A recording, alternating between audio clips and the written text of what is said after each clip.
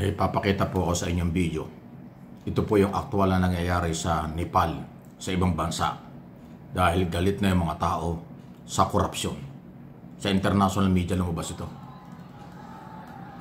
Ayan o.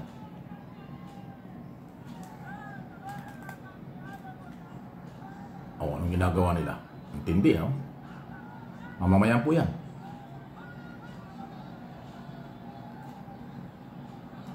Taong bayan yan, no? Taong bayan nila. Ha? Ayan, no? Ang balita. Hindi, no? Oy, mga Pilipino, ingat po kayo dyan. Sana huwag mangyari sa Pilipinas to. 10 lang yan. Kaya ako pinakikita yan para magising na at bilis-bilisan ang mga kinaukulan sa gobyerno. Dahil ang mga Pilipino naniniwala pa sa ating batas at dapat tayong sumunod sa batas. Pero huwag tayong gumaya dyan. Pinakita ko lang yan dahil ang mga tao, ang mamamayan ng Nepal at saka ng Indonesia hindi na makatiis sa korupsyon. At alam ba ninyo na kung anong nagagawa ng mga taga-Nepal at taga-Indonesia, pwede rin gawin ng mga Pilipino yan. At kahit anong lahi, kahit anong gobyerno sa buong mundo, ang mamamayan ay laging mayroong karapatan. Dahil sila yung nagbabayad ng buwis. Sila yung gobyerno. Ako hindi nagkulang, lagi ko pong sinasabi, ang mamamayang Pilipino, ang taong bayan, ang siyang gobyerno. Siyang may-ari ng pera. Ang hirap kasi mayroong mga nasa gobyerno na ang piling sila lang ang gobyerno. Ang piling sila ng hari. Nagkakamali kayo dyan. Huwag na nating hintahin at huwag naman sanang gawin ng mga Pilipinong ang iyang ganyang karahasan. Sa Nepal, ang dami na hong namatay. Sinusunog ang mga gusali at government office nila ron sa galit ng mamamayan. Sa Indonesia, ganun din. Talagang riot. Magulong-magulo sila. Dahil nagugutom, alam nilang nawawala sila ng pag-asa sa gobyerno, wala ng pag-asa dahil sa korupsyon. Dito sa Pilipinas, marami rin ang korupsyon, pero masyadong mapagtiis, masyadong mabait ang mga Pilipino. Mabuti nilang at meron tayong ganong kultura. Kahit tayo inaapi, kahit na tama ang ating ginagawa, kahit tama ang ating sinasabi, binabaliwala ng kinaukulan sa gobyerno, hindi pa rin tayo nagiging agresibo. Tayo po ay mapagpakumbaba rin. Iyan ang Pinoy. Pero hindi natin pwedeng sabihin niya na panghabang panahon. Anything can happen. Pwedeng magising ang nananahimik. Pwedeng umapaw ang sobrang galit. Pwede rin hong gawin ang karapatan ng tao sa kanilang paniniwala. Pigilan natin yan. Labanan natin yan. At kung paano mapigilan at labanan yan, gawin ng gobyerno nauna ang kinakailangang galaw. Ngayon po, naintindihan pa natin ang investigasyon pero walang patutunguhan ng investigasyon. Pag sa Kongreso at Senado natin iniasa ito, walang mangyayari. Kasi ngayon napakababaw ng kailang pinagtatalunan. Testigo pinag-aagawan. Akusasyon kaliwat kanan, puro dinaya, luhugas kamay. Walang mangyayari dyan. In aid of legislation, anong batas ang magagawa nila kung takipan lang?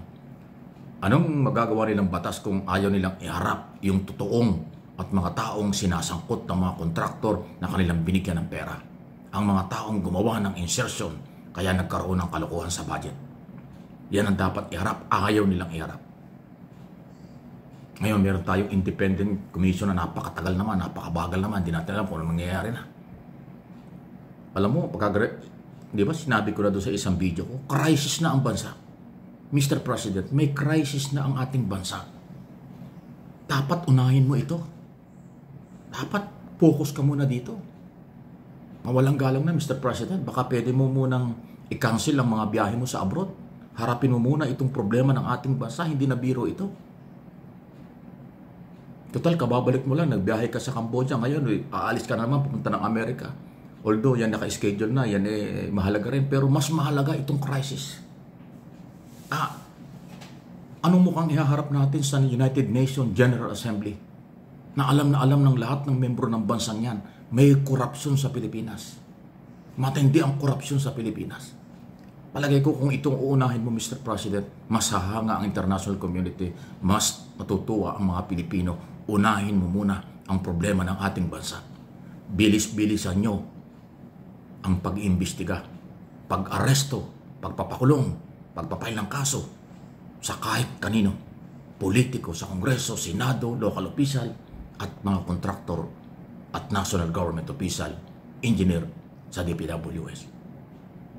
Pag nagpakulong ka ng mga taong ito, mas hahanga ang international community. Ang lahat ng membro ng United Nations bibilib sa iyo, Mr. President. Pero yung pupunta ka sa United Nations, mag-i-speech ka doon na may kaugnayan sa good governance, national security. Alam mo ba, Mr. President, hindi ko alam kung ina-advise sa iyo ng mga advisor mo. National security threat ang korupsyon sa Pilipinas. Banta na ito sa seguridad ng bansa. Banta na ito sa seguridad ng iyong administrasyon. Ang nangyayari ngayon, Mr. President. Internal security, nagiging national security na ang korupsyon sa Pilipinas. Huwag na nating hintaying mapuno at umapaw ang salok. Ang pasensyang napakahaba na pasensya ng mga Pilipino, Mr. President. Sarili kong opinion, sarili kong analysis, paninindigan ko ito. Para sa akin, huwag ka munang lumabas ng bansa. Harapin mo muna itong problema natin. Hindi ito biro, Mr. President. Walang malinaw sa investigasyon ng Kongreso at Senado yung independent commission mo. Hindi namin alam kung saan aabot yan. Meron ba tayong panghahawakan na walang pagtatakpan niya nakakampi? Na politiko at mga kamag-anak o sino man. Hindi pa tayo sigurado ron. Kaya, please, Mr. President, unahin mo ang problema natin. Ipakita mo ang matapang na liderato under the law. Nasa iyo na ang power sa ilalim ng presidential system of government. Crisis na ang bansa. National threat na po ito. Huwag mo nang hintayin. Umabot pa tayo sa katulad na nangyayari sa ibang bansang Nepal at Indonesia. Huwag mo nang hintayin yung Mr. President. Yung mga sip-sip sa Pangulo, malapit sa Pangulo, magagalit sa akin, wala akong pakialam sa inyo. Yung mga Marcos loyalists at supporters, baka magtampo rin sa akin, pero ito po yung aking ginagawa at sinasabi dahil pagmamalasakit sa ating lahat. Yung ating mga anak, yung ating mga magiging apo, at tayong mga Pilipino, ang aking pinagmamalasakitan. Kaya lagi akong nakikiusap sa Pangulo kasi naniniwala akong kaya niyang gawin. Gawin mo na bago mahuli ang lahat.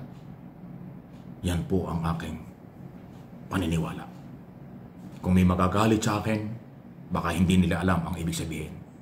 Kung magagalit kayo sa akin, wala akong magagawa. Pero itutuloy ko at paninindigan ko ang aking paniniwala.